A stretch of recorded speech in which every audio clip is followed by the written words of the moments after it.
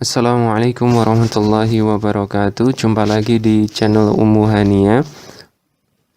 Alhamdulillah, pada kesempatan kali ini kita akan membahas lagi, memberikan tambahan sedikit tentang belajar Al-Quran, belajar tajwid Al-Quran. Dan materi yang akan kita bahas kali ini adalah materi tanda waqaf, ya. Tanda waqaf. Sebelumnya kita sudah pernah membahas ini di sebuah video yang kita buat sebelumnya, tapi pada kesempatan kali ini kita akan menambahkan materi yang lebih lengkap insyaallah berdasarkan request dari salah seorang penonton channel ini, seperti itu. Nah, waqaf itu kita langsung mulai. Artinya ya, ditinjau dari segi bahasa, waqaf ini artinya adalah berhenti ya, berhenti atau menahan. Adapun dalam ilmu tajwid, pengertian waqaf adalah berhenti sejenak ketika membaca suatu lafaz atau berhenti sebentar pada kalimat yang terdapat tanda waqaf guna mengambil nafas untuk melanjutkan kembali bacaan ayat selanjutnya, seperti itu. Waqaf ini ada beberapa jenis ya. Yang pertama adalah waqaf tam. Waqaf tam ini adalah waqaf yang sempurna.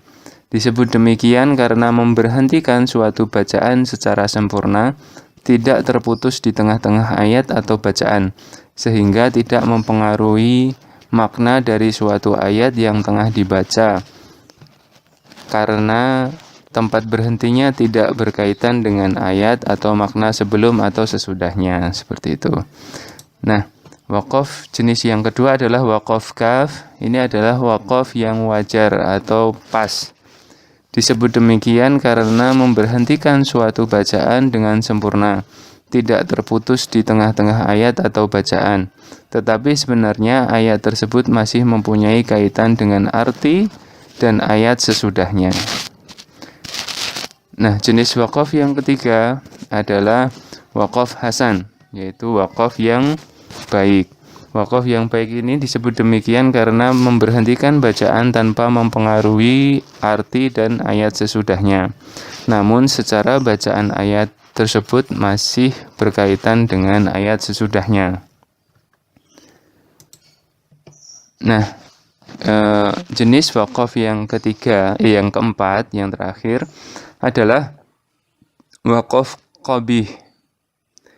Ini adalah waqaf yang buruk, memberhentikan bacaan secara tidak sempurna atau berhenti di tengah-tengah ayat.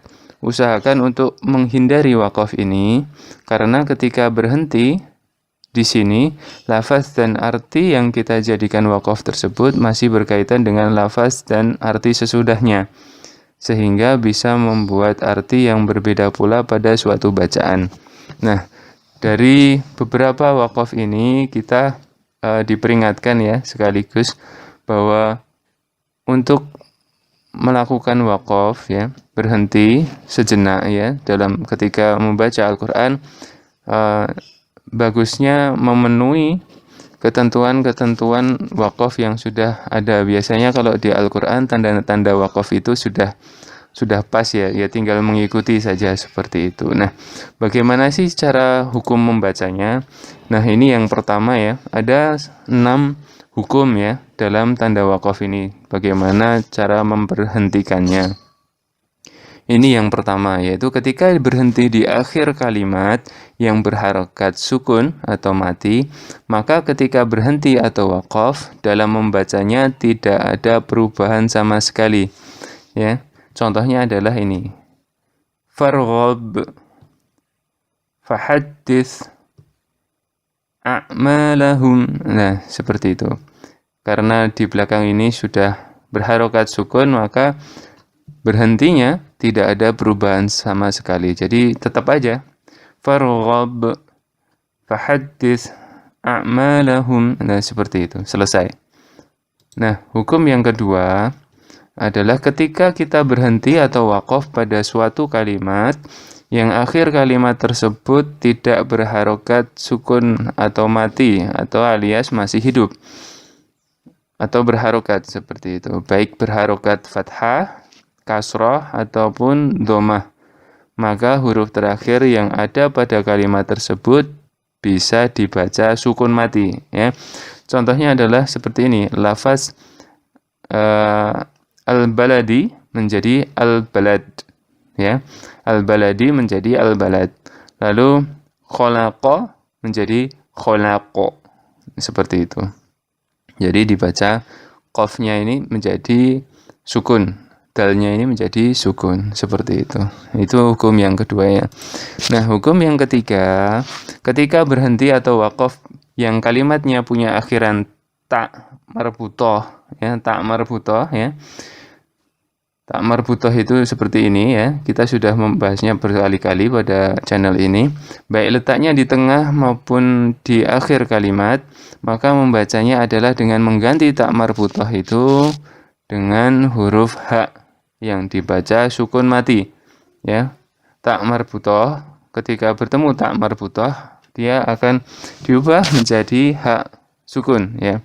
Misalkan seperti ini. Ini ada jannatun menjadi jannah, qari'atu menjadi al-qari'atu menjadi al-qari'ah, akhiratun menjadi akhirah. Nah, seperti itu. Paham, ya? Nah, kemudian ke hukum yang berikutnya, ya, ketika berhenti atau waqaf pada akhir kalimat tetapi huruf sebelum waqaf tersebut berharokat hidup, baik fathah, kasroh, ataupun dhammah. Untuk membacanya, maka dua huruf yang terletak pada akhir kalimat tersebut dibaca sukun semua, atau dengan membunyikan semua huruf tersebut, tetapi huruf yang terakhir dibaca suara pelan. Nah, contohnya adalah seperti ini. Jadi, bil hazli, ya, dibaca menjadi bil hazl, seperti itu. Atau bisa juga dibaca bil hazli, tapi harokat huruf lamnya ini dibaca pelan, ya. Bil hazl, seperti itu, ya. Lalu kemudian contoh berikutnya adalah as-sod'i, ya, dibaca menjadi as-sod' atau as-sod'i, tapi i-nya ini, i-nya ini dibaca pelan, ya, seperti itu. Tapi pada umumnya lebih baik dijadikan sukun semua. Jadi misalkan bil hazli menjadi bil hazl, atau as-sod'i menjadi as-sod', seperti itu. Nah, hukum berikutnya, ya, hukum yang kelima, ya. Ketika berhenti pada akhir kalimat, tapi sebelumnya ada bacaan mat asli atau mat layyin, bacaan mat yang huruf sebelumnya berharokat fathah, seperti itu maksudnya, maka cara membaca kalimat tersebut adalah dengan mematikan huruf yang terletak di akhir kalimat tersebut, dengan dipanjangkan sedikit antara 2-4 harokat. Contohnya adalah seperti yang ada di layar, ya, silahkan. Min khauf, nah, seperti itu. Jadi was-saif, al-hakim, nah, seperti itu. Yash'urun, nah, seperti itu. Urun, nah, itu 2-4 harokat, ya. Min khauf, ya. Min khauf, nah, seperti itu. Was-saif, al-hakim, ya. Yash'urun, nah, seperti itu. Bisa dirasakan, ya, ya, perhatikan, ya. Jadi sekali lagi, cara membaca kalimat tersebut adalah dengan mematikan huruf yang terletak di akhir, ya. Huruf di nun ini jadi nun sukun, mim ini jadi mim sukun, fa ini menjadi fa sukun, ini juga jadi sukun yang terletak di akhir tersebut, lalu dengan dipanjangkan sedikit 2-4 harokat ininya, yang terakhirnya ini. Paham, ya? Baik, hukum yang kemudian, ya, yang terakhir, ya, ketika berhenti di akhir kalimat tetapi hukum huruf akhirnya berharokat fathah tanwin, maka cara memberhentikan bacaan tersebut dengan membaca harokat fathah saja sebanyak 2 harokat, sehingga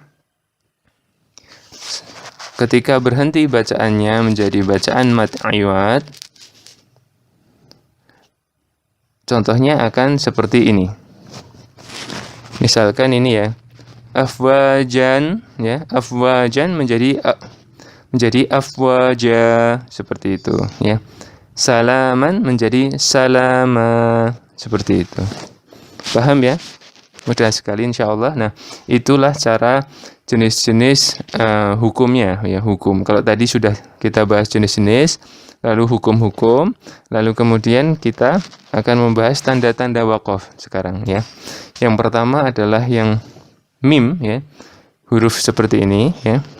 Ini kita sebut dengan waqaf lazim. Ya, artinya apa? Artinya ini harus berhenti ya. Berhenti ya. Diutamakan untuk berhenti. Lalu kemudian ini ada huruf jim ya, tanda waqaf yang seperti ini. Kita sebut dengan waqaf jaiz ya. Diperbolehkan untuk berhenti, tapi juga diperbolehkan untuk terus melanjutkan bacaan.